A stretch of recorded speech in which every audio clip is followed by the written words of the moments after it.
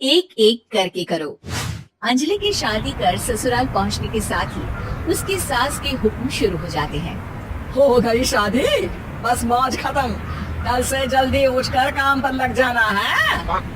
अरे माँ आज ही यहाँ आई है, उसे सब समझने के लिए कुछ दिन तो दो।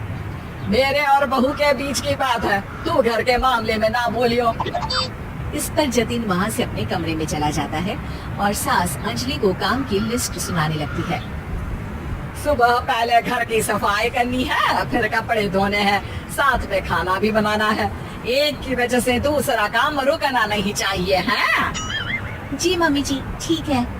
ये कहकर अंजलि अपने कमरे में चली जाती है। अंजलि, मम्मी हमेशा बोलती थी बहू आएगी तो उनका काम हल्का होगा, पर मुझे नहीं पता था कि वो काम हल्का करने की जगह टाल ही देंगे। कुछ नहीं होता, ये सब मैं अपने घर में भी तो करती थी, मुझे आदत है, कोई दिक्कत नहीं होगी। ठीक है, पर अगर कुछ हो तो बता देना। दोनों सो जाते हैं और अगली सुबह से अंजलि जल्दी उठ के सास के बताए कामों में जुट जाती है, जिसमें वो जैसे ही कपड़े धोने लगती है तो सास वहाँ आ जाती है।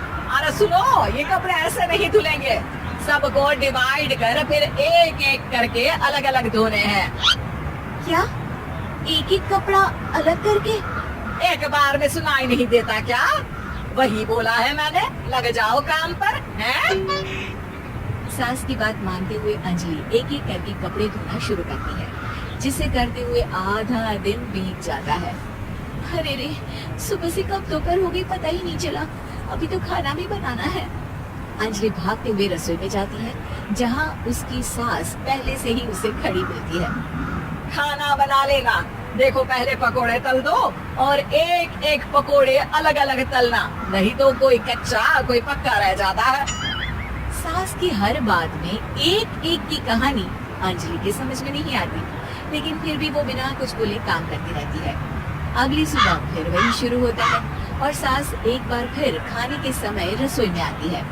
आज क्या बन रहा है? वो जतिन ने भिंडी की सब्जी, रोटी और धनिया की चटनी बोली है, इसलिए वही बना रही हूँ। अरे वाह जी वाह, बढ़िया है। पर भिंडी एक एक करके धोना, फिर टॉवेल से पोंछ कर एक एक करके ही काटना, साथ ही धनिया की पत्ती भी एक एक करके ही धोना। अरे पर मम्मी जी। अरे क्या पर, सफाई का ध्यान रखना आता भी है या नहीं है? मैं ये सब सबकी हेल्थ के लिए ही तो कर रही हूँ ना, और तुम अर्रा पर्रा करती रहती हो हैं? सास की बातें सुन अंजलि हैरान रह जाती है। मैं तो सिर्फ सोचती थी कि जानबूझकर मेरा काम बढ़ाने के लिए ये सब करती है, पर ये तो काम बढ़ाने के साथ परेशान भी करना चाहती है। मैंने इनकी कौन सी बहस खोल दी जो इतनी दुश्मनी निकाल रही है? क्या करूँ? अब अंजलि सास की बातों और हरकतों के बीच फंस जाती है। काम के लिए मना भी नहीं कर सकती, नहीं तो जाने कौन सा ड्रामा खड़ा कर दे। पर अंजलि तुझे कुछ तो करना पड़ेगा। इतनी देर में जतिन भी वहाँ आ जाता है। अरे कौन ड्रामा खड़ा कर रहा है और क्या करना पड़ेगा? जतिन की बात सुन अंजलि सोच में पड़ जाती है। इन्हें सच बताऊं या नहीं? पर अगर ये गुस्सा हो गए तो?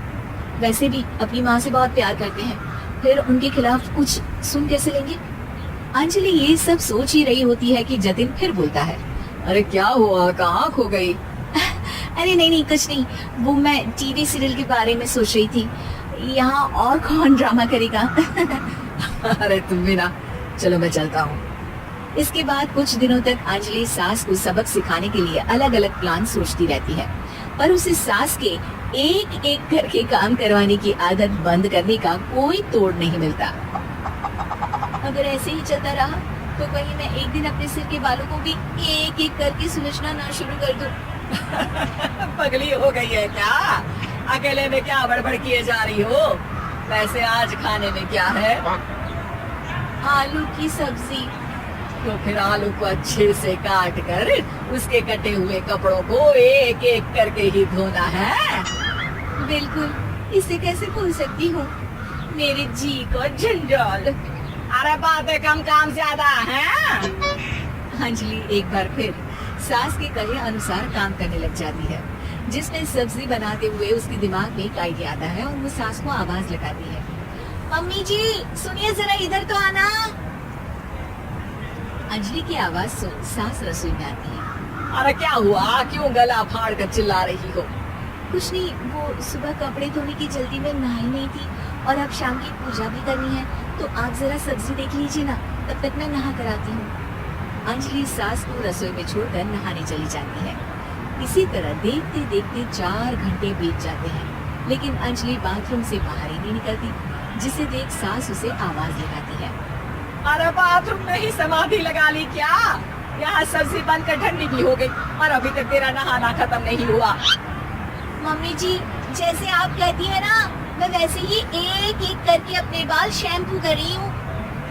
तो अभी 3 घंटे और लगेंगे, तब तक काम और जतिन को खाना सर्व करना आप संभाल लेना। इस तरह अपने नहले पर बहू का दहला देख सास शॉक्ड रह जाती है, जिसके बाद से घर में एक एक करके करने का आलाप बंद हो जाता है।